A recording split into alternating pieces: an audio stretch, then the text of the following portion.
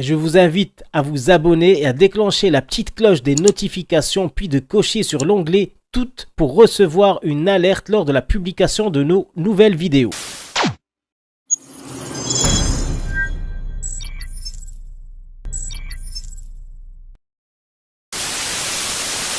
Yo les amis, j'espère que vous allez bien, que vos familles se portent bien. Avant de commencer cette vidéo, je tenais à m'excuser auprès de tous mes abonnés pour cette absence inhabituelle sur ma chaîne. Le temps judiciaire n'étant pas celui de YouTube, il m'a fallu prendre quelques distances pour préparer les futures gifles et condamnations que devra assumer le pouvoir marocain et ses infiltrés dans les jours à venir.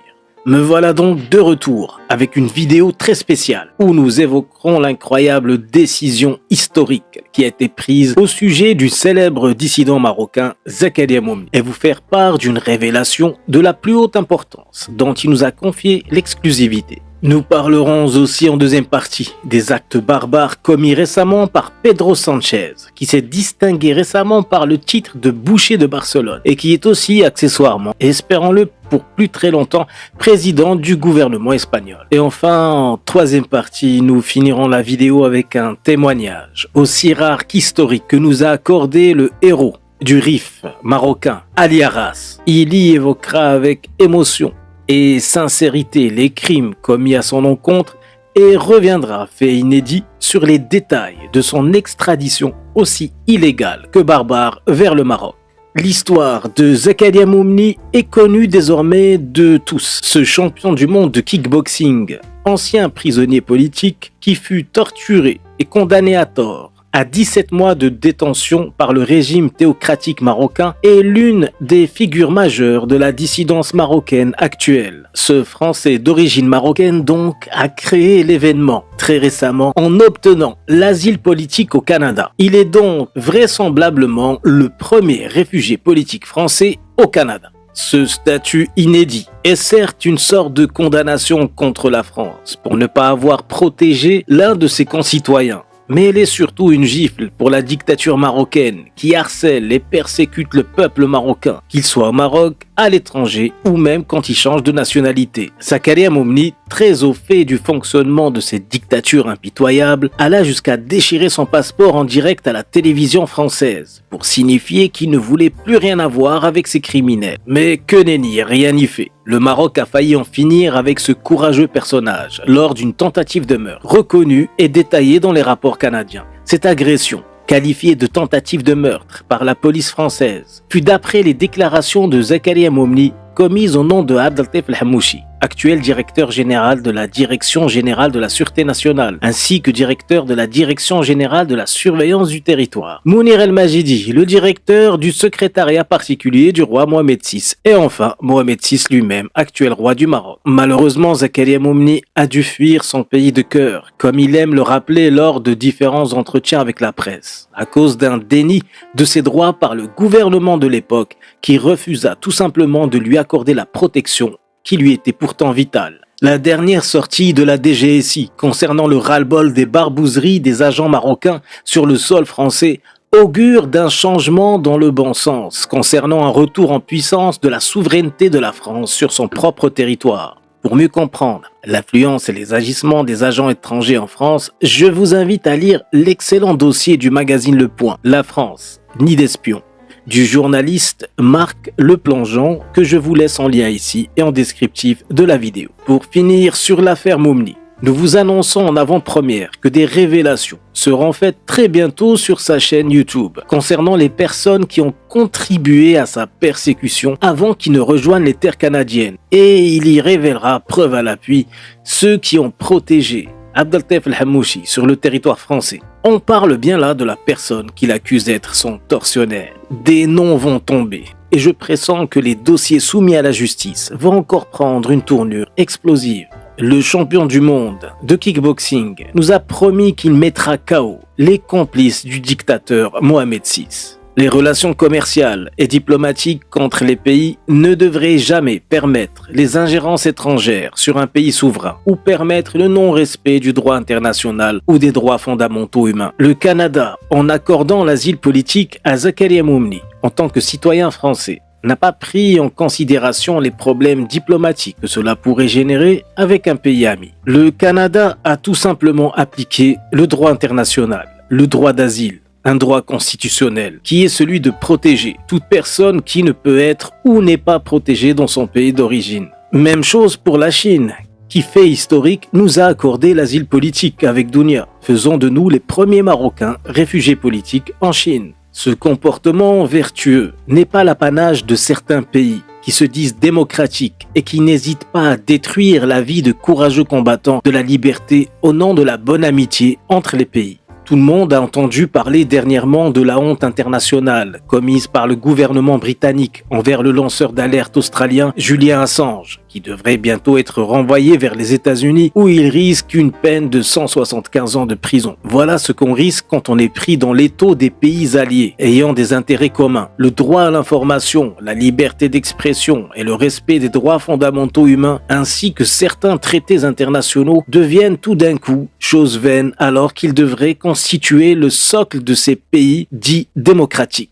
L'Espagne, qui tend à industrialiser le viol systématique des droits de l'homme pour ses intérêts économiques, nous interroge fortement sur le modèle même de certaines démocraties dites occidentales. Le gouvernement espagnol ne prend guère de pincettes pour envoyer à la mort ou à des peines de prison iniques des innocents, des dissidents, qui deviennent de la monnaie d'échange, de la chair à canon diplomatique, qui se deal au plus offrant contre service rendu. Que s'est-il passé dans la tête de Pedro Sánchez, aka le boucher de Barcelone, quand avec sang-froid et dans un déni total des lois internationales, il a fait extrader des dissidents dans leur pays d'origine, où il était certain et convenu qu'ils allaient être torturés et emprisonnés injustement pour de longues peines de prison, et malheureusement pour certains condamnés à mort. Voici les noms et photos des récentes victimes du boucher de Barcelone, ainsi que des peines subies à l'arrivée des pays qu'ils ont eu à fuir pour l'Espagne, qu'ils pensaient sûrs, qu'ils pensaient démocratiques, et partageant tout comme eux les valeurs universelles de la liberté d'expression et des droits de l'homme.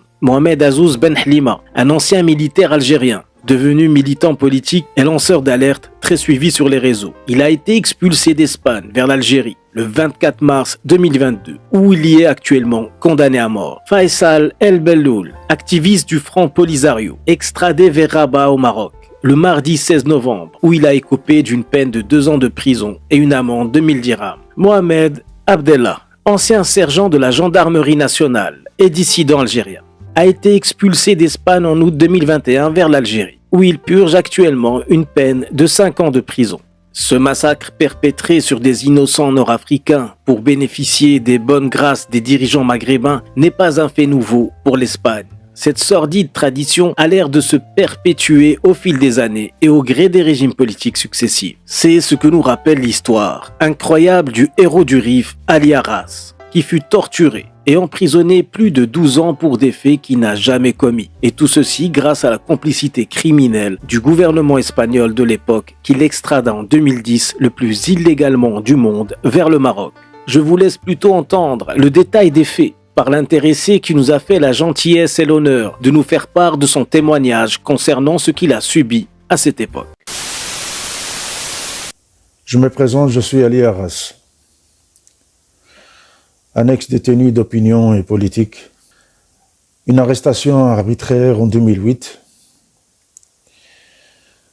par l'Espagne à la demande des services secrets marocains. Et donc arrêté par l'Espagne durant 2 ans et 8 mois. Alors qu'1 an et 9 mois après, j'ai eu un non-lieu après une longue investigation, une longue enquête de la part du juge Baltasar Garzón. Juge Baltasar Garzón qui ne m'aurait pas lâché, ne m'aurait pas mis en liberté après une très longue enquête, après une très longue investigation à mon sujet. Et ceci avant même mon arrestation, car cela se faisait à mon insu. Et donc voilà, après une longue enquête, il m'a innocenté. Donc j'ai eu un non-lieu. C'est un très long combat, c'est un très long processus.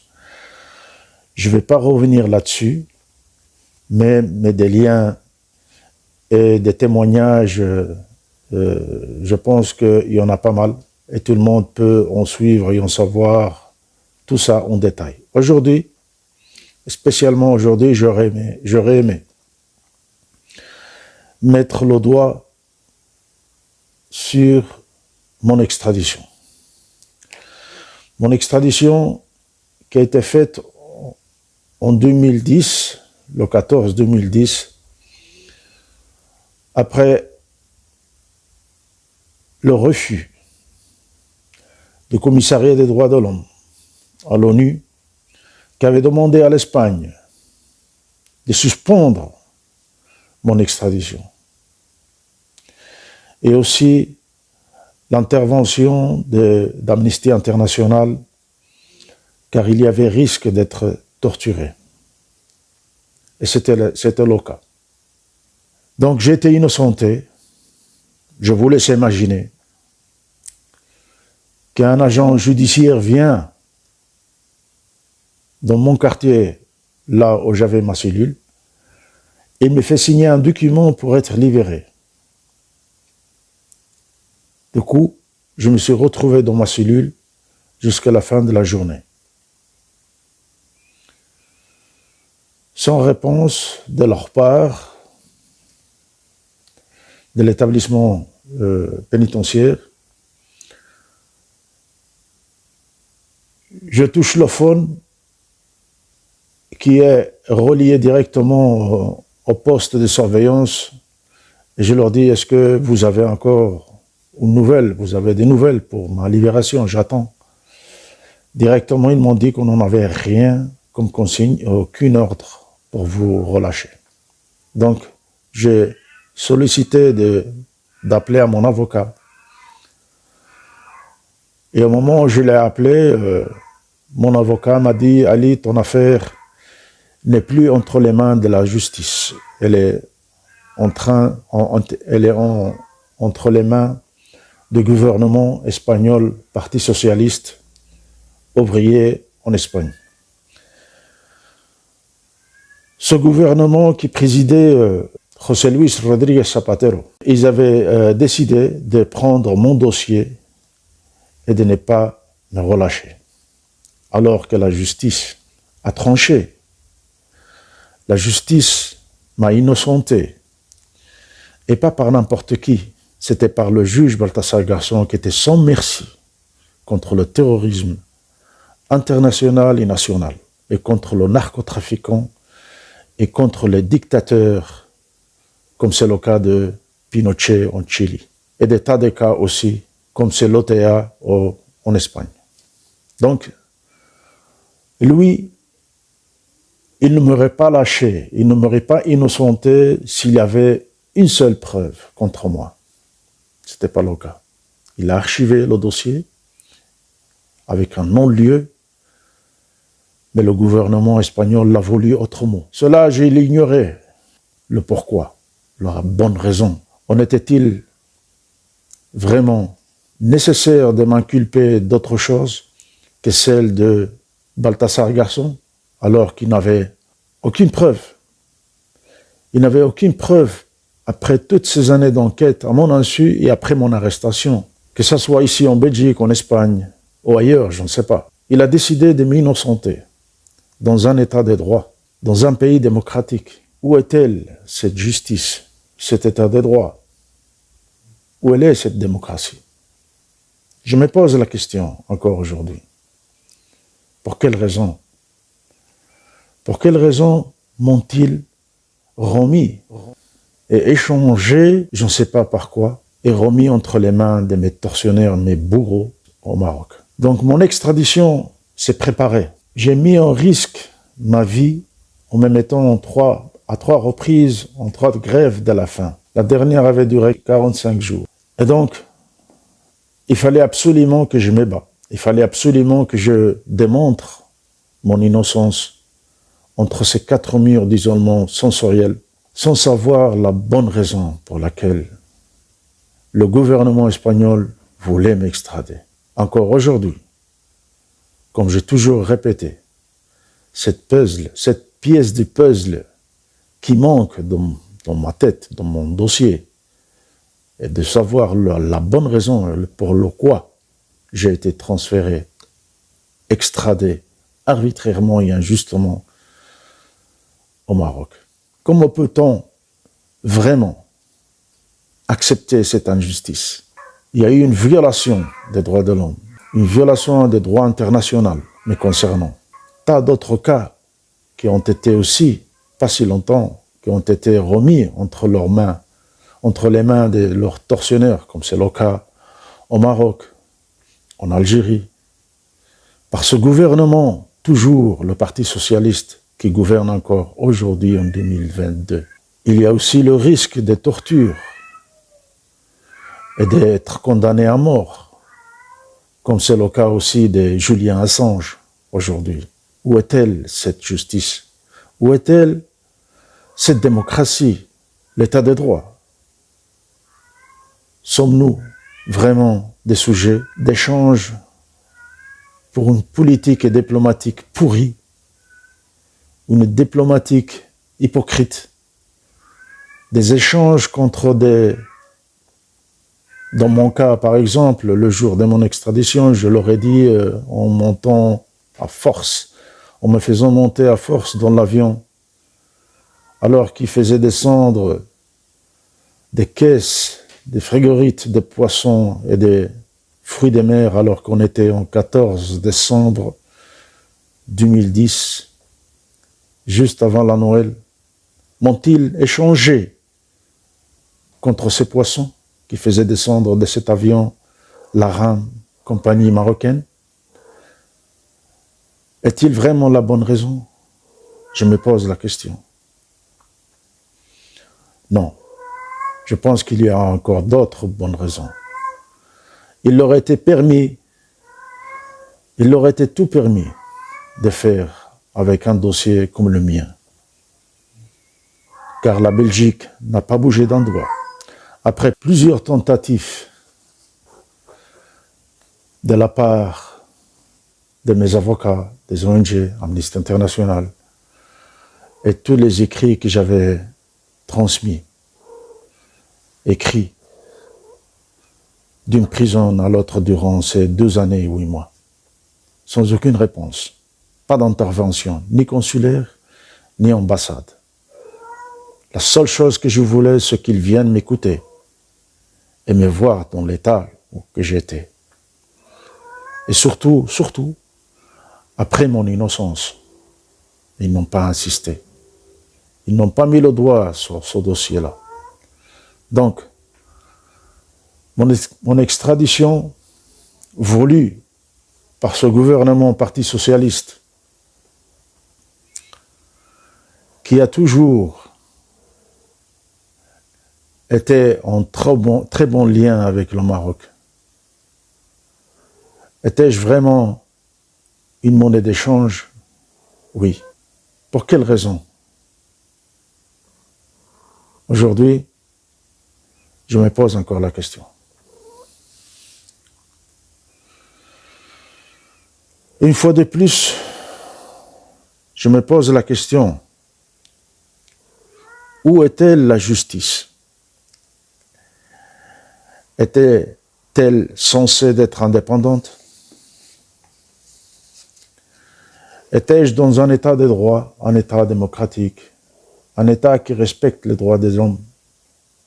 Depuis mon isolement, je n'arrivais pas à comprendre.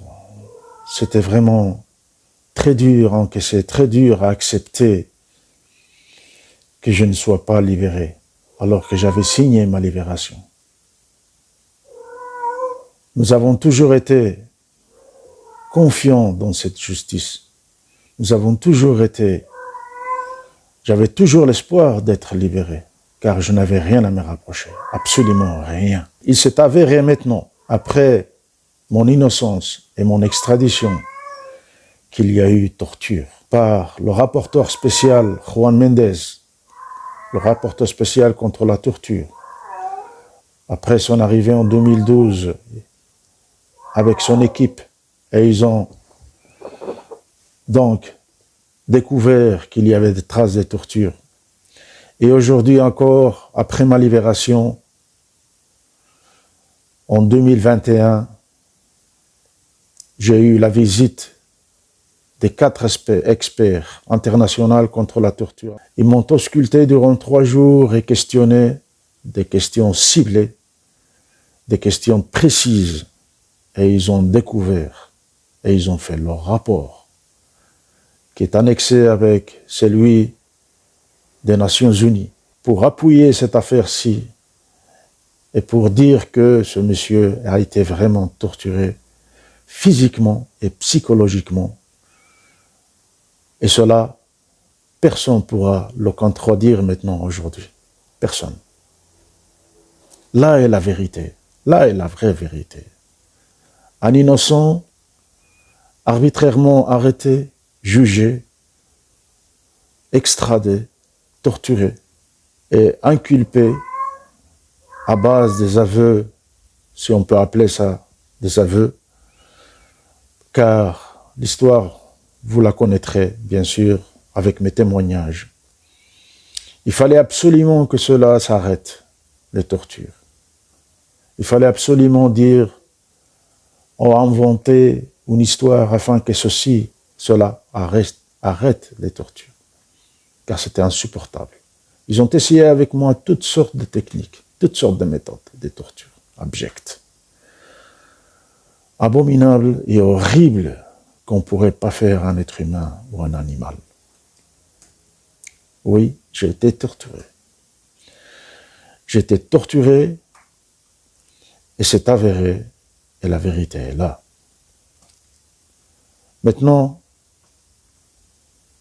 il y aura bien sûr, il y a déjà une demande de poursuite contre l'Espagne, contre le gouvernement espagnol à l'époque, pour ce crime qu'ils ont fait avec moi. Ils doivent reconnaître ceci. Ils doivent admettre, reconnaître qu'il y a eu une arrestation arbitraire, une violation des droits de l'homme et non-respect à la justice et surtout aux tortures qui m'ont été infligées par les tortionnaires criminels, des créatures sans état d'âme, que c'est le service secret marocain. Comment peut-on accepter qu'on puisse faire ceci à un être humain, comme c'est le cas maintenant de plusieurs personnes qui ont été torturées aussi au Maroc. Mais c'est des personnes aussi vulnérables, aussi innocents que moi. Ce gouvernement espagnol aujourd'hui doit absolument accepter et dire oui, ce monsieur Ali Arras a été violé dans ses droits. On l'a arrêté arbitrairement, on n'a pas accepté la justice quand elle a tranché et on l'a remis entre les mains de mes tortionnaires, mes bourreaux, des services secrets de la DST marocaine, qui est représenté et présidé par Abdellatif Hammouchi, les responsables de mes tortures. Oui, ils sont là, ils sont encore là, vivants, et ils doivent accepter l'énorme erreur qu'ils ont commise avec moi. Je demande au monde qu'ils puissent comprendre un peu et d'être conscients des maltraitances qui ont été faites à mon égard. Je demande au monde afin qu'ils sachent que quand il s'agit de terrorisme ou des bandes armées, ou surtout le terrorisme, tout l'aurait accepté. Il leur est permis de faire tout ce qu'ils veulent. Ils ont carte blanche. C'est pour cela que la Belgique n'a pas intervenu. C'est pour cela que le gouvernement espagnol a eu l'occasion de m'extrader. C'est pour cela que les services secrets marocains n'ont pas respecté. Ils ne respecteront jamais un homme innocent. Ils n'admettront jamais qu'ils ont commis une erreur. Et ils m'ont condamné à 12 années à 15 ans et puis c'est resté à 12 années d'emprisonnement ferme que j'ai accompli et que j'ai fait jusqu'au bout.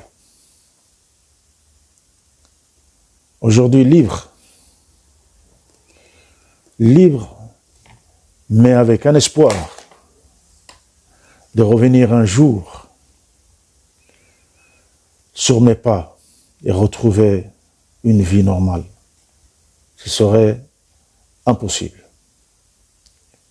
Impossible physiquement et psychologiquement par toutes ces méthodes horribles qui m'ont été faites.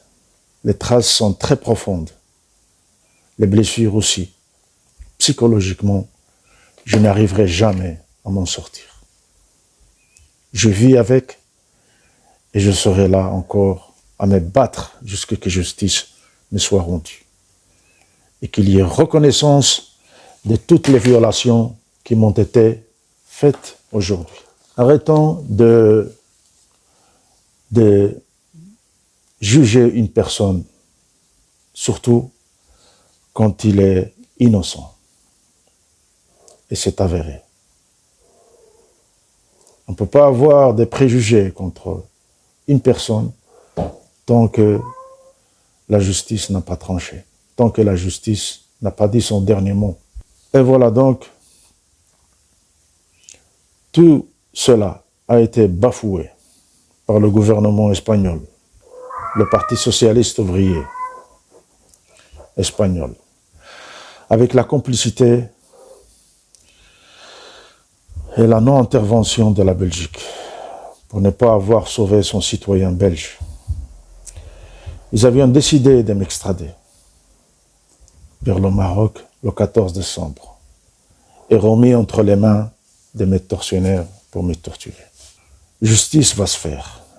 J'ai vraiment le grand espoir que la justice va me rendre mes droits. Le temps que ça prendra, je ne lâcherai pas. Je ne lâcherai pas parce que mon histoire restera dans l'histoire, dans la vraie histoire. Par contre, la leur, elle ira à l'histoire des poubelles. Voilà la vraie vérité. Donc, mon combat continue et je ne lâcherai pas jusqu'au bout, jusqu'à la fin. C'est mon objectif. J'y arriverai. Le temps que ça prendra. Je vous remercie. Merci aux valeureux combattants de la liberté, Ali Arras, de nous avoir accordé ce témoignage poignant et si cruel, mais ô combien nécessaire pour que ces criminels soient un jour jugés devant les tribunaux, avant d'être jugés devant l'histoire. Merci les amis d'avoir suivi cette vidéo. N'hésitez pas à la liker, à la partager et de laisser en commentaire votre ressenti sur les sujets abordés et vos messages de soutien au héros, Ali Arras. N'oubliez pas que seuls nos efforts communs feront la révolution de demain. Je vous dis à très vite sur Adnan Filali TV. Force et honneur.